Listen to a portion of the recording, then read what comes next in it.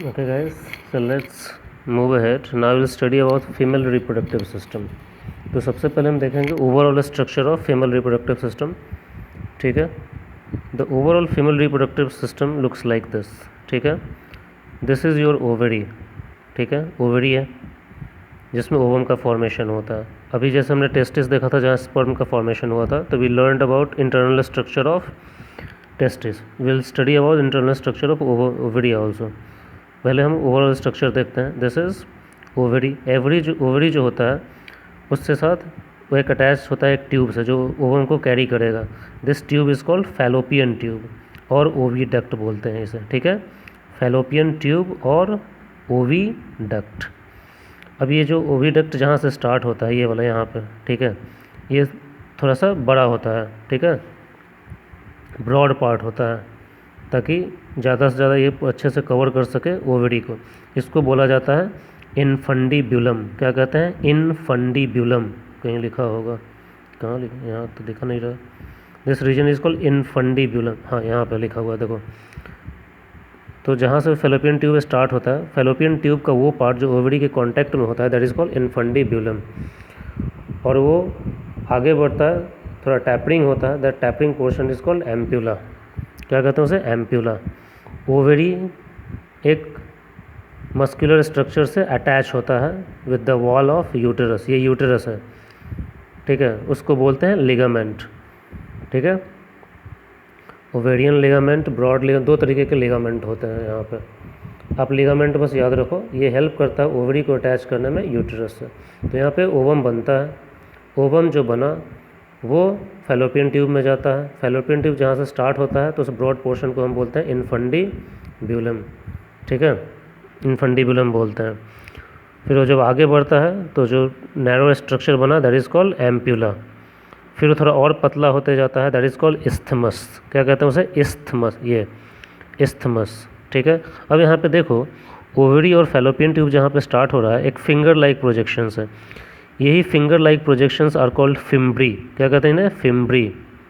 FIMBRIAE. Fimbriae. ये जो यहाँ पे जो ओवम बनता है उसको कलेक्ट करने में हेल्प करता है. उसको कलेक्ट करता है फिम्ब्री और इसको पुल करता है कहाँ पे? ओविडक्ट या फैलोपियन ट्यूब में.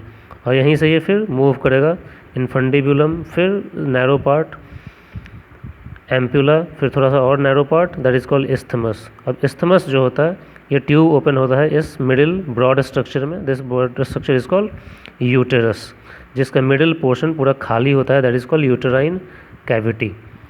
ठीक है.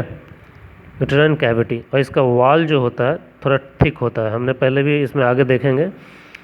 थिक क्यों होता है? क्योंकि बच्चे को स्टोर करना होता है यहाँ पे. ठीक है. बच्चा यहीं पे, ये प्रेगनेंसी अगर होती है तो यहीं पे वो रहेगा. अब इसका जो वॉल होता है 3 लेयर्ड होता है. ठीक है. 3 लेयर. सबसे बाहर का जो लेयर होता है दैट इज़ कॉल्ड पेरिटोनियम या पेरीमेट्रियम. पेरिटोनियम भी याद रख सकते हो आप. सबसे बाहर का लेयर पेरीमेट्रियम या पेरिटोनियम. अंदर वाला जो होता है मायोमेट्रियम. मायो का मतलब क्या होता है? मसल से बना होता है बहुत ज़्यादा. और सबसे अंदर का लेयर इज़ कॉल्ड एंडोमेट्रियम. ठीक है. तो सबसे बाहर यूटेरस का जो वॉल होता है 3 लेयर का होता है. पेरीमेट्रियम, मिडिल वाला मायोमेट्रियम, पूरा का पूरा देख सकते हो थिक है, मस्कुलर है, एंड देन एंडोमेट्रियम. ठीक है. तो ovary is connected to oviduct और fallopian tube through ampulla. Ampulla होता है fimbriae. Fimbriae helps in collection of formed ovum inside the ovary. उसको पुल करता है ओविडक्ट में. जहाँ से ओविडक्ट स्टार्ट होता है उसको बोलते हैं इनफंडीब्यूलम. थोड़ा नैरो होता है और दैट इज़ कॉल्ड एम्प्यूला. और पतला होता जाएगा that is called isthmus. And the every fallopian tube opens into uterine cavity, जिसे हम यूटेरस बोलते हैं. ठीक है. यूटेरस 3 लेयर होता है. बाहर वाला सबसे वाला क्या इज़ कॉल्ड पेरीमेट्रियम, मिडिल वाला मायोमेट्रियम, अंदर वाला endometrium. And this uterine cavity बाहर की तरफ ओपन होता है. That is cervix. Cervical region होता है and that again opens into vagina. ठीक है. And this is vaginal opening. This vaginal opening is covered with a thin layer that is called hymen. Hymen is the layer which covers vaginal opening. So this is the basic structure of female reproductive system. ये सब नाम आपको याद रखना. This fimbria helps in, क्या बोलोगे आप, collection of ovum. Collection of ovum, ovary से कलेक्ट करके फैलोपियन ट्यूब में डालता है. ठीक है. हमें अब देखना है थोड़ा स्ट्रक्चर ऑफ ओवरी. ओवरी के अंदर का स्ट्रक्चर कैसा होता है. जैसे टेस्टिस के अंदर देखा था सेमनीफेरस ट्यूब्यूल्स वगैरह थे, उसी तरीके से ये सब देखना है.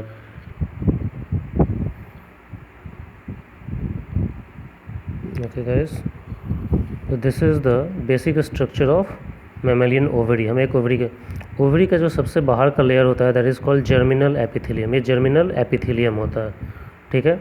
उसके अंदर का जो लेयर, ये मिडिल वाला आप देख रहे हो, that is called visceral peritoneum. This is visceral peritoneum. सबसे बाहर वाला इज़ जर्मिनल एपिथेलियम, बीच वाला इज़ कॉल्ड विसरल पेरिटोनियम, और सबसे अंदर का जो लेयर होता है that is called tunica albuginea. Tunica albuginea. तो ओवरी जो है 3 लेयर का होता है. सबसे बाहर जर्मिनल एपिथेलियम, उसके अंदर मिडिल वाला विसरल पेरिटोनियम, उसके अंदर ट्यूनिका एल्बुजिनिया. ठीक है. ट्यूनिका एल्बुजिनिया हो गया. अब कैसे टेस्टिस था, उसके अंदर ट्यूब्यूल्स थे जिससे कि स्पर्म बन रहे थे. ठीक है. पहले स्पर्मेटोगोनियम बना, फिर प्राइमरी स्पर्मेटोसाइट बना. उसी तरीके से इनके अंदर भी कुछ फॉलिकल्स होते हैं, जो ट्यूब लाइक स्ट्रक्चर यहाँ पे जो होते हैं दे आर कॉल्ड, बहुत सारे ट्यूब लाइक स्ट्रक्चर जिन्हें हम जनरली बोलते हैं egg tube. This one is egg tube. वहाँ पे क्या था, सेमनीफेरस ट्यूब्यूल्स था. यही एग ट्यूब जो होता है जब थोड़ा सा ग्रो करता है तो दैट फॉर्म्स प्राइमरी फॉलिकल. क्या बोलता था, प्राइमरी फॉलिकल. वो जब थोड़ा और ग्रो करता है तो that is called secondary follicle. ठीक है. सेकेंडरी फॉलिकल एक सर्कुलर स्ट्रक्चर होगा, उसके अंदर एक कैविटी होती है. ये फिर थोड़ा और कोई ग्रो करेगा. ठीक है. तो that is called tertiary follicle. क्या कहते हैं उसे, टर्शियरी फॉलिकल. अभी भी ये पूरा ग्रो नहीं किया. तो देखो हमने बोला जैसे वहाँ पर सेमनीफेरस ट्यूब्यूल्स होता था, वैसे ही इनका भी क्या होता है, एग ट्यूब होता है. ठीक है. एक ट्यूब जो होता है दैट ग्रो करता है and that forms primary follicle. Primary follicle grows the forms secondary follicle. Secondary follicle grows and forms tertiary follicle. उसके बाद अभी भी ये मैच्योर्ड नहीं है. मैच्योर्ड फॉलिकल जो ओवम के फॉर्मेशन में हेल्प करता है that is called graafian follicle. क्या कहते हैं उसे, ग्राफियन फॉलिकल. ठीक है. चारों बगल से सेल्स होंगे और बीच में कैविटी होती है. ठीक है. जिसको हम लोग क्या बोलते हैं, एक कैविटी को बोलते हैं एंट्रम. क्या कहते हैं, एंट्रम. ANTRUM. टर्शियरी में ही बन जाता है. हाँ ये देखो, tertiary follicle showing follicular antrum, मतलब बीच का कैविटी इज कॉल्ड एंट्रम. तो एग ट्यूब होता है, वहाँ पे स्पर्म में क्या होता था, सेमनीफेरस ट्यूब्यूल. सेमनीफेरस ट्यूब्यूल से क्या बनता है, प्राइमरी स्पर्मेटोसाइट. यहाँ पे बनता है प्राइमरी फॉलिकल बना. सेकेंडरी फॉलिकल थोड़ा और ग्रो किया, टर्शियरी फॉलिकल ग्रो किया and then forms Graafian follicle. ठीक है. इसी के अंदर ओवम मैच्योर्ड होता है. हम पढ़ेंगे मेंस्ट्रुअल साइकिल के बारे में. ठीक है. तो मेंस्ट्रुअल साइकिल में फीमेल के केस में जब मेंस्ट्रुएशन होता है तो यही जो ग्राफियन फॉलिकल है रप्चर हो जाता है, टूट जाता है और उससे ओवम बाहर निकलता है. That process is called ovulation. जो ओव्यूलेशन होता है that happens in Graafian follicle because matured follicle is called graafian follicle, जो फॉर्म करता है क्या, ओवम वगैरह. अभी जो प्राइमरी फॉलिकल होता है किसी भी लेडी में इन जनरल फिक्स्ड होता है. ठीक है. ये किसी भी यंग लेडी में जो रिप्रोडक्टिवली मैच्योर्ड हो चुकी है, प्यूबर्टी का स्टेज आ चुका है, जनरली प्राइमरी फॉलिकल 60 to 80,000 होता है. 60,000 to 80,000 के आसपास होता है. ठीक है. उसमें से बहुत सारे फॉलिकल जो होते हैं डिजनरेट कर जाते हैं, टाइम के साथ टूट जाते हैं. That is called follicular atresia. क्या कहते हैं, फॉलिकुलर एट्रेशिया, मतलब degeneration of primary follicle is called follicular atresia. वो मैं लिख के दूंगा आपको नोट. तो इस तरीके से तो सबसे बाहर का लेयर जर्मिनल एपिथेलियम, अंदर visceral peritoneum, then tunica albuginea, फिर एग ट्यूब होता है, ग्रो करता है प्राइमरी फॉलिकल में, secondary follicle, tertiary follicle. Tertiary follicle में कैविटी बन जाती है that is called antrum. Matured follicle is called graafian follicle, वही रप्चर करता है ड्यूरिंग मेंस्ट्रुएशन साइकिल, तो ओवम बाहर निकलता है, that is called ovulation process, ठीक है। और एक बार जब ओव्यूलेशन हो जाता है तो ये जो ग्राफियन फॉलिकल था, जैसे कि ओवम बाहर निकल गया, वो पूरा एक येलो कलर के मास में कन्वर्ट हो जाता है, उसको बोलते हैं कॉर्पस ल्यूटियम। ल्यूटियम का मतलब होता है येलो, ठीक है। Lutein is a colour, lutein colour को येलो कलर बोलते हैं इन लैटिन वर्ड। तो यही जो ग्राफियन फॉलिकल था, जैसे कि ये ओवम बाहर निकल गया ओव्यूलेशन के बाद, जो स्ट्रक्चर बचता है that is called corpus luteum, ठीक है। वो जनरेट बनना शुरू हुआ है और यहाँ पे आके ये पूरा matured fully formed corpus luteum है ये, ठीक है। कॉर्पस, और ये कॉर्पस ल्यूटियम जो होता है सिक्रीट करता है प्रोजेस्टेरोन हार्मोन, जो प्रेगनेंसी वगैरह में हेल्प करता है। जो ओव्यूलेशन हुआ है, अगर स्पर्म आया और उसने फर्टिलाइज कर दिया ओवम को, तो बाद में यही कॉर्पस ल्यूटियम जो होता है प्रोजेस्टेरोन सिक्रीट करता है, जो हेल्प करता है क्या, प्रेगनेंसी को स्टेबलाइज करने में, ठीक है। तो ये एक साइकिल है, ये भी आपको ध्यान रखना है। तो this is the general structure of a mammalian ovary, ठीक है। And the release of mature ovum, secondary oocyte बोलते हैं, हम पढ़ेंगे इसके बारे में। सेकेंडरी oocyte में स्टेज में ओव्यूलेशन होता है, मतलब release of ovum. Actually secondary oocyte जो है ओवम से एक स्टेज पहले वाला होता है। हम लोग जनरली पढ़ते हैं ना कि ओवम रिलीज होता है ओव्यूलेशन में, एक्चुअली में वो सेकेंडरी oocyte ही होता है। सेकेंडरी oocyte बाद में मैच्योर्ड होकर ओवम कहलाता है, लेकिन ओव्यूलेशन जो होता है सेकेंडरी oocyte स्टेज में ही हो जाता है, ठीक है। Will talk about it. तो this is general structure of ovum. अब हम देखते हैं किस तरीके से ओवम का फॉर्मेशन होता है। जैसे हमने स्पर्मेटोजेनेसिस देखा था, now will see oogenesis। Now we have to study about the external genitalia in female, ठीक है।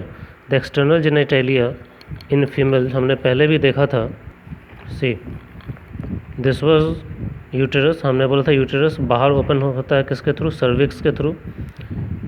यूटेरस का part, outer part is called fundus, बीच वाला पार्ट यूटेरस कैविटी है, इसको बॉडी भी बोलते हैं, यूटेराइन बॉडी, जिसके अंदर ये फर्टिलाइजेशन के बाद एम्ब्रियो ग्रो करता है, फिर चाइल्ड ग्रो करता है, ठीक है। And this is connected outside, open करता है किसमें, cervix, and cervix opens into vagina, ठीक है। So we have to study a bit about vaginal structure, okay. तो this is the external genitalia, vagina is external genitalia in female, ठीक है। This portion is called clitoris, clitoris, और जो इस skin से covered होता है दैट इज कॉल्ड प्रेप्यूस, ठीक है। And the interior part of the vagina has hairs, that hairs are called mons pubis, they are called mons pubis, ठीक है। This vaginal orifice is the opening of vagina, that is called vaginal opening और vaginal orifice, ठीक है। उसके ऊपर होता है urethral opening for the urine discharge, and this is for ovulation and all, ठीक है। This receives penis during intercourse, ठीक है। The outer region of vaginal opening is called labia majora, या लेबियम मेजोरम बोलते हैं उसे, and the inner portion is called labia minora और labium minorum. It has vaginal opening for receiving sperms and urethral opening for discharge of urine। Male के case में क्या था, ये इंपॉर्टेंट पॉइंट आता है, male has penis that has dual function that discharges both urine and sperm, but in case of female vaginal opening is different and the urethral opening is different, ठीक है। and at the end of vaginal opening the area between the skin between the vaginal orifice and the anus is called perineum, क्या कहते हैं उसे, perineum कहते हैं। तो this is the structure of genital external genitalia in human female। now we'll talk about oogenesis। oogenesis was process of formation of ovum, जैसे हमने spermatogenesis देखा था। the process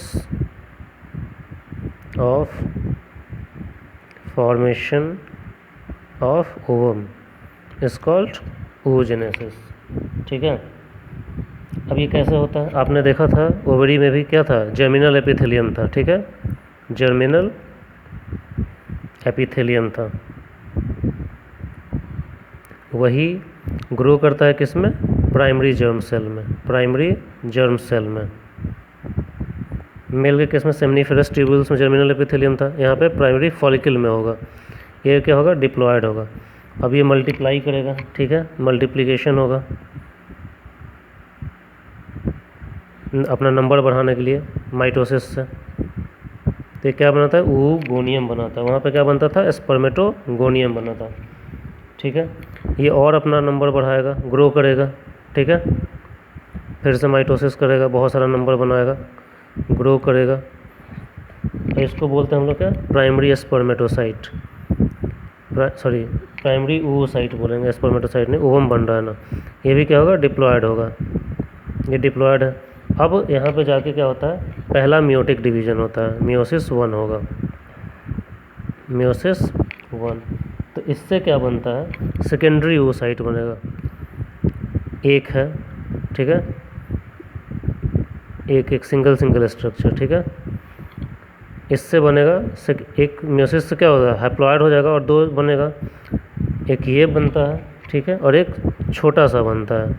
this is called secondary oocyte, secondary oocyte, ये haploid होगा। And this छोटा वाला structure is called polar body, polar body, first polar body बन गया ये, ठीक है। फिर इसमें मियोसिस 2 होता है, मियोसिस 2 होगा, ये सब हैप्लॉयड है, ये भी हैप्लॉयड होता है। इससे भी 2 बन जाएगा पोलर बॉडी, ठीक है, सेकंड पोलर बॉडी बन गया, सेकंड पोलर बॉडीज़ 2 बने हैं। और ये जो प्राइमरी सेकेंडरी स्पर्मेटोसाइट है, ये जो होता है फिर किस में कन्वर्ट करता है, मैच्योर ओवम में कन्वर्ट करता है, मैच्योर ओवम में कन्वर्ट करता है। ये भी क्या होता है, हैप्लॉयड होता है। तो this is the process of oogenesis। अब एक चीज़ यहाँ पे इम्पॉर्टेंट है ध्यान देने वाली, सेकेंडरी oocyte जो होता है कन्वर्ट होता है मैच्योर ओवम में when fertilization happen, if fertilization happens, if fertilization happens, मतलब अगर कोई स्पर्म आया, ठीक है, और उसने, जैसे सपोज करो यहाँ पे एक स्पर्म है, ठीक है, दिस इज स्पर्म, ये फर्टिलाइज करता है अगर सेकेंडरी oocyte को, तो वो कन्वर्ट हो जाता है मैच्योर ओवम में, फिर एम्ब्रियो वगैरह बनेगा। लेकिन if there is no fertilization, यही सेकेंडरी oocyte मैंने बताया था किसमें, ग्रेफियन फॉलिकल बर्स्ट होता है, सेकेंडरी oocyte स्टेज में डिस्चार्ज होता है through menstrual process. If no fertilization, if no fertilization discharges, ovulation तो होगा ही होगा, लेकिन चूँकि फर्टिलाइजेशन नहीं होगा तो मैच्योर ओवम में कन्वर्ट नहीं होता है और वो डिस्चार्ज हो जाता है through out of the body through menstrual process, ठीक है।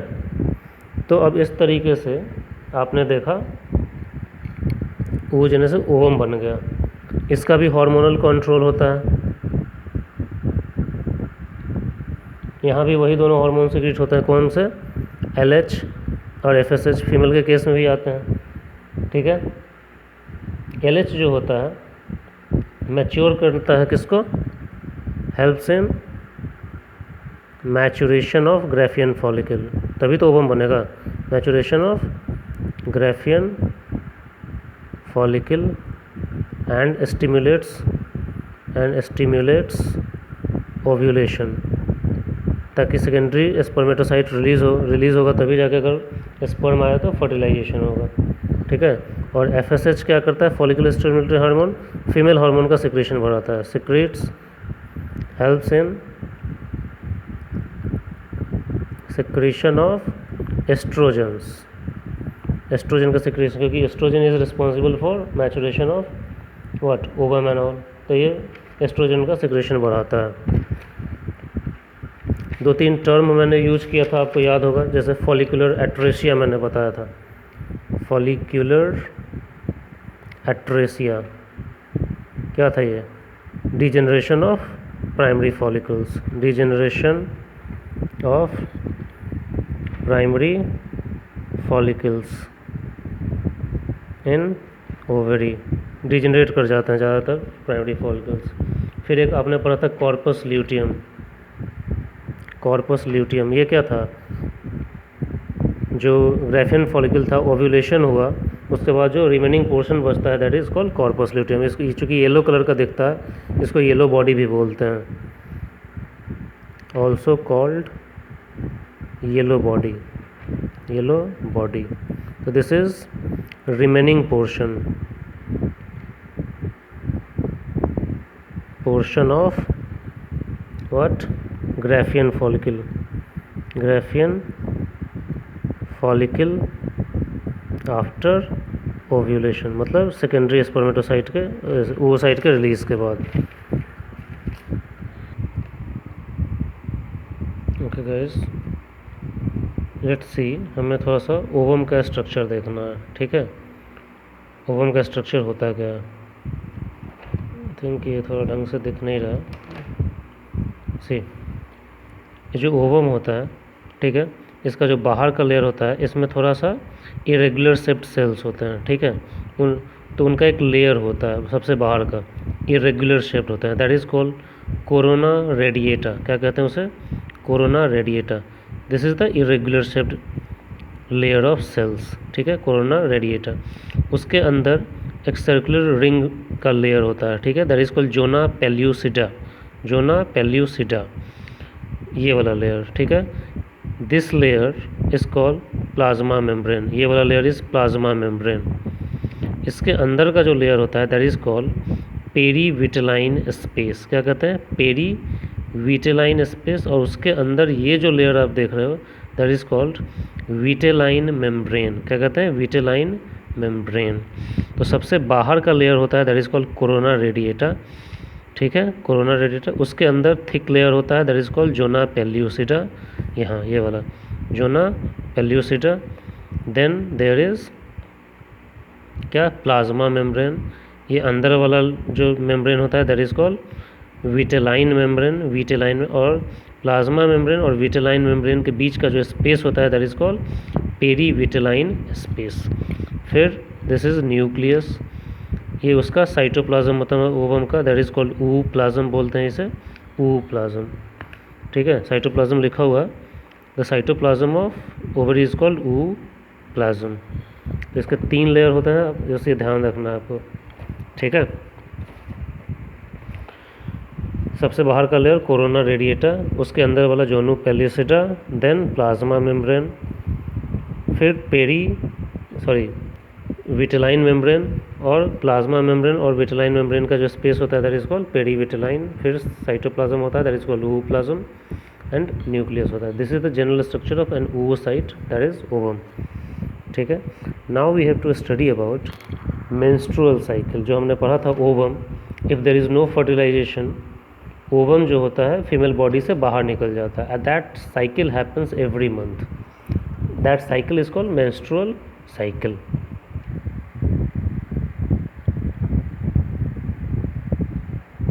Not able to focus guys.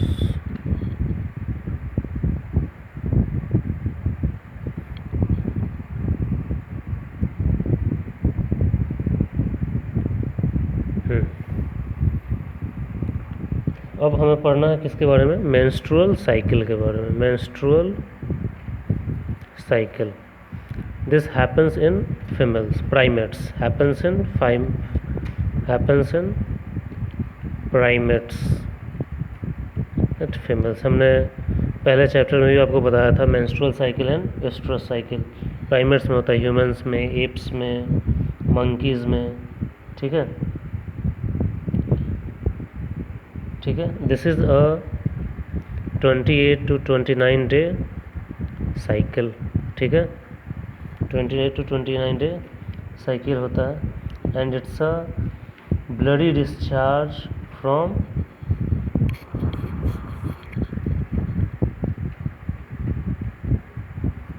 bloody discharge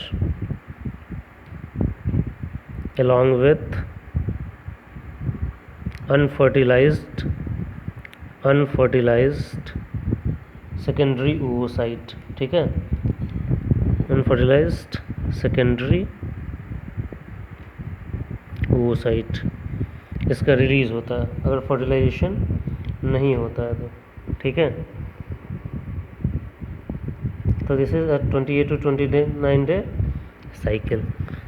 ये जो जनरली होता है फीमेल के केस में, generally starts at the age between 12 to 15 years के बीच में स्टार्ट होता है, ठीक है। Starting of menstrual cycle is called menarche. Starting of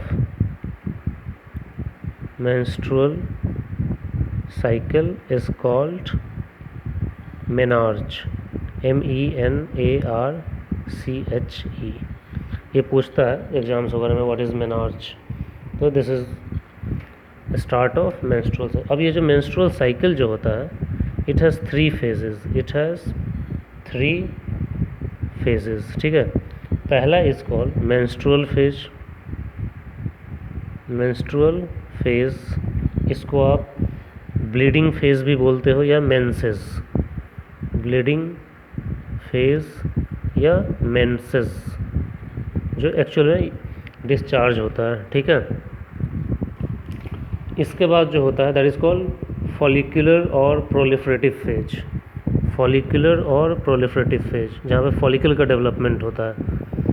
follicular और प्रोलिफरेटिव फेज जो दिखाया था मैंने आप लोगों को। प्रोलिफरेटिव फेज क्या था, एक ट्यूब था, एक ट्यूब से प्राइमरी, फिर सेकेंडरी फॉलिकल, टर्शियरी फॉलिकल, फिर ग्राफियन फॉलिकल, तो वो होता है। वो जब हो जाता है तभी जाके मेंस्ट्रुअल फेज आता है, ब्लीडिंग फेज, जब ओव्यूलेशन होता है, रिलीज होता है, ठीक है। फॉलिकुलर फेज होता है और उससे पहले उसमें क्या होता है, ओव्यूलेटरी फेज होता है। क्या होता है, ओव्यूलेटरी फेज, ओव्यूलेटरी फेज, ठीक है। और एक और फेज आप मान सकते हो सेक्रेटरी फेज, होता है जनरली 3 ही है, बट इन जनरली को जनरली कंबाइन करके बोलते हैं, ठीक है। देखो होता क्या है इन सब में अब, ठीक है। फर्स्ट इज मेंस्ट्रुअल फेज, हमने बताया साइकिल जो है that is of 28 to 29 day. Menstrual phase,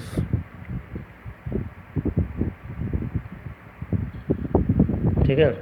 तो अगर आप 28 डे का साइकिल मानोगे तो ये जो एक्चुअली में जो ब्लीडिंग होता है दैट इज़ 3 to 5 डेज़ का, ठीक है। इन 28 days cycle this phase lasts for 3 to 5 days, ठीक है। होता क्या है इसमें, जो LH होता है पिट्यूटरी ग्लैंड से, उसका यहाँ पे अमाउंट कम हो जाता है, ठीक है, जिसके कारण LH secretion reduces, luteinizing hormone का सिक्रेशन कम हो जाता है, जिसके कारण क्या हो जाता है, डिजेनरेशन ऑफ कॉर्पस ल्यूटियम, ठीक है। Corpus luteum is degenerated. Corpus luteum degenerate होगा तो मैंने बताया था ये क्या सेक्रेट करता है, प्रोजेस्टेरॉन, ठीक है। तो प्रोजेस्टेरॉन भी कम हो जाएगा, प्रोजेस्टेरॉन डिक्रीजेस, ठीक है। एस्ट्रोजन भी कम हो जाता है, एस्ट्रोजन डिक्रीजेस, ये सब कम होगा। अब इस सब कम होने के कारण क्या होगा, यूटेरस का जो वॉल होता है जो रेडी हुआ था किस चीज़ के लिए, अगर प्रेगनेंसी हुआ तो वो बच्चे को सपोर्ट करेगा, लेकिन प्रेगनेंसी सपोज करो हुआ नहीं, तो यूटेरस ने अपने आप को रेडी किया था, उसका मैंने वॉल बताया था, सबसे बाहर का लेयर पेरीमेट्रियम, मायोमेट्रियम, फिर एंडोमेट्रियम। एंडोमेट्रियम अपने आप को रेडी करता है, उसमें ब्लड सप्लाई बढ़ जाता है, वो थिक हो जाता है, उसका वॉल थिक हो जाता है, ठीक है।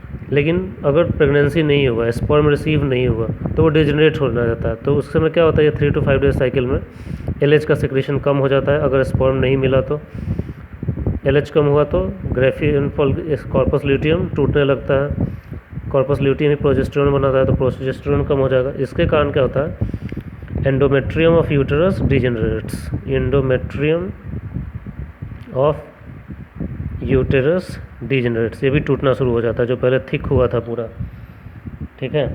और यही जो होता है, ठीक है, एंडोमेट्रियल सेल्स, ठीक है, प्लस ब्लड, चूँकि वो यूट्रस से निकल रहा है तो ब्लड तो आएगा ही, क्योंकि यूट्रस थिक हो जाता है, ब्लड वगैरह सप्लाई बढ़ जाता है, plus unfertilised ovum, unfertilised ovum जिसको आप सेकेंडरी ओवसाइट बोलते हैं, यही जो होते हैं they form menstrual flow, menstrual flow, ठीक है।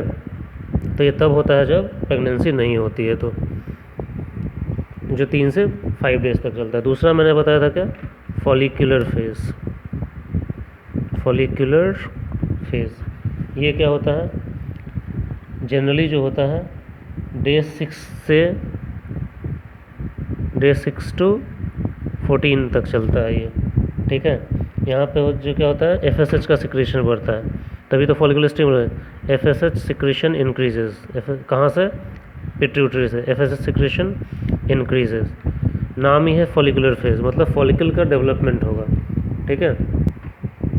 FSH सिक्रेशन बढ़ा तो क्या हुआ, एस्ट्रोजन बढ़ेगा, एस्ट्रोजन इंक्रीजेस, अब एस्ट्रोजन बढ़ा तो क्या होगा, एंडोमेट्रियम थिक होता है, एंडोमेट्रियम थिकन्स, ठीक है। ये पूरा बाई मल्टीप्लिकेशन सेल्स उसके डिवाइड करके मल्टीप्लाई करते हैं, ताकि अगर फर्टिलाइजेशन हो तो यूट्रस को रेडी रखना है, ठीक है। और यही चूँकि नहीं होता है तो ये क्या बनता है, मेंस्ट्रुअल फ्लो बनता है। तो ये में क्या होता है, डे 6 to 14 होता है, जो पिट्यूटरी ग्लैंड होता है FSH बढ़ाता है, FSH बढ़ने के कारण क्या होगा, फॉलिकुलर स्टिमुलेटिंग, नाम ही है फॉलिकल स्टिमुलेटिंग, फॉलिकल को स्टिमुलेट करेगा, फॉलिकुलर फेज बढ़ेगा, ग्रोथ होगा, ठीक है। साथ साथ यूटेरस भी ये होता है, रेडी करता है अपने आप को किस चीज़ के लिए, प्रेगनेंसी के लिए, अगर प्रेगनेंसी हुआ तो, ठीक है। इसको बोलते हैं follicular phase. Next is ovulation, मतलब ओव्यूलेटरी फेज,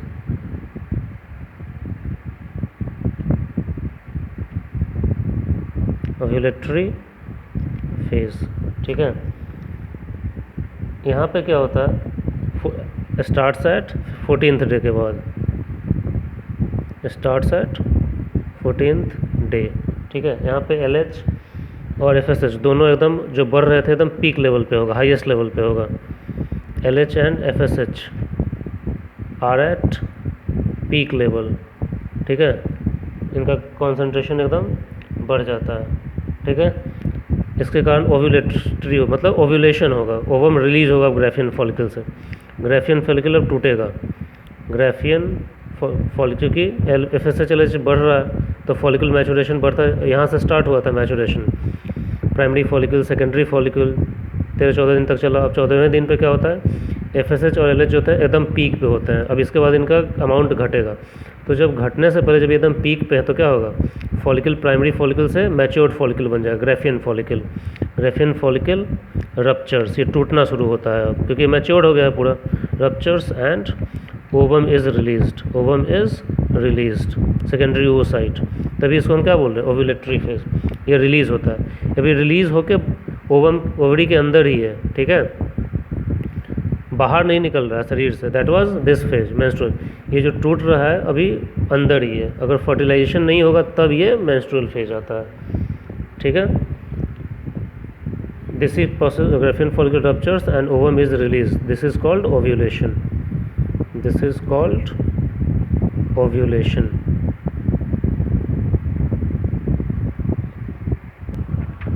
और फिर मैंने क्या बताया, ल्यूटियल फेज या सेक्रेटरी फेज, ये उतना कुछ ये नहीं है, मैंने बताया था मेन 3 फेज होता है, ये कंटिन्यूएशन है पिछले वाले का ही, ठीक है।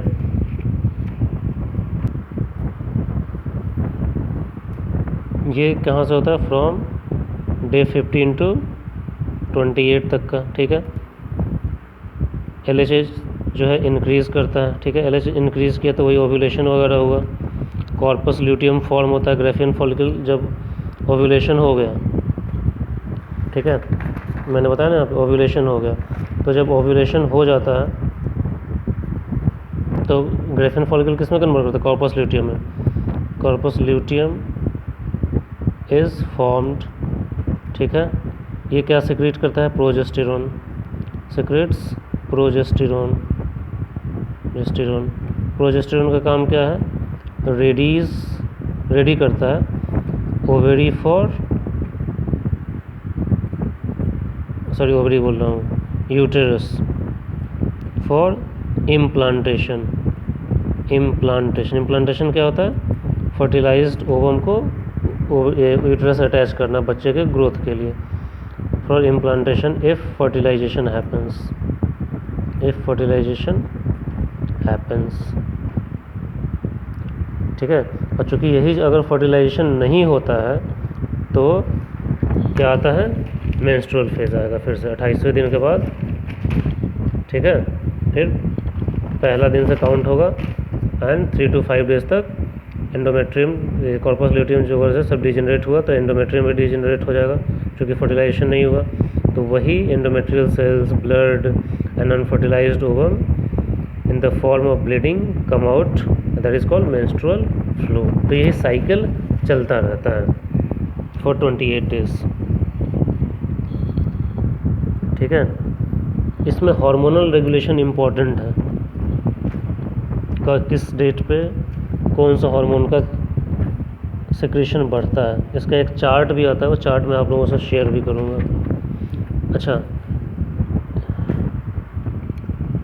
Bye the age of 45 to 55 female के केस में ये मेंस्ट्रुअल प्रोसेस स्टॉप हो जाता है, ठीक है। ओव्यूलेशन प्रोसेस रुक जाता है and that stopping of menstrual cycle is called menopause. क्या कहते हैं? मेनोपॉज। इसको देख लो, इसके बाद हार्मोनल कंट्रोल देखेंगे। मेनोपॉज, ठीक है। This is stopping of what? Ovulation and menstruation. Stopping of ovulation, menstruation, ठीक है, at the age of 45 to 55 years के एज में ख़त्म हो जाता है। अलग अलग फीमेल्स में अलग अलग टाइम पे ये चीज़ होता है, ठीक है।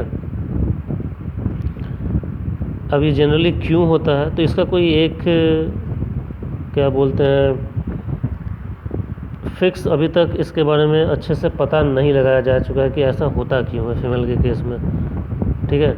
जनरली बोला जाता है कि पिट्यूटरी ग्लैंड जो होता है, pituitary gland undergoes some changes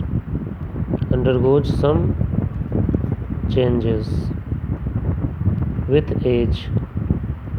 pituitary gland कहाँ होता है? ब्रेन में होता है। हमें पता ही है कि एज जब बढ़ता है तो ब्रेन में बहुत सारे चेंजेस आते हैं, तो वहाँ पिट्यूटरी ग्लैंड है तो इसमें भी कुछ। अब पिट्यूटरी क्या सिक्रेट करता है? LH और FSH सिक्रेट करता है, तो चूँकि इसके अंदर चेंजेस हुआ तो FSH LHH भी कम हो जाएगा। LH एंड FSH डिक्रीज, जिसके कारण मेंस्ट्रुएशन प्रोसेस रुक जाता है, क्योंकि यही सब क्या है? एंडोमेट्रियम वगैरह को बढ़ा रहे हैं, फॉलिकल के मैचुरेशन में हेल्प कर रहे हैं। वही फॉलिकल क्या बनाता है? ओवम बनाता है। क्योंकि अब यही नहीं है तो फॉलिकल नहीं बनेगा ना ओवम बनेगा, ठीक है। ये डिक्रीज़ करते हैं, फाइनली मेंस्ट्रुएशन स्टॉप्स। तो ये एक थ्योरी है, ये कंफर्म नहीं है कि इसी रीजन से ही होता है, ठीक है। तो दैट इज़ कॉल्ड मेनोपॉज। दो टर्म देखा हमने, menarche is the starting of menstruation and menopause is the stopping. Pause है, नाम ही है, पॉज कर देना, रुक जाना। तो that is stopping of menstruation. तो चलो इसको क्लोज करते हैं। In the next video I will teach you about hormonal regulation. कैसे एक चार्ट बनाएंगे, जो हमने देखा ना कि इस दिन FSH ज़्यादा है, LH ज़्यादा है, उसको एक चार्ट के फॉर्म में देखेंगे, इंपॉर्टेंट है वो। उसके बाद देखा जाएगा फर्टिलाइजेशन। Okay, thank you.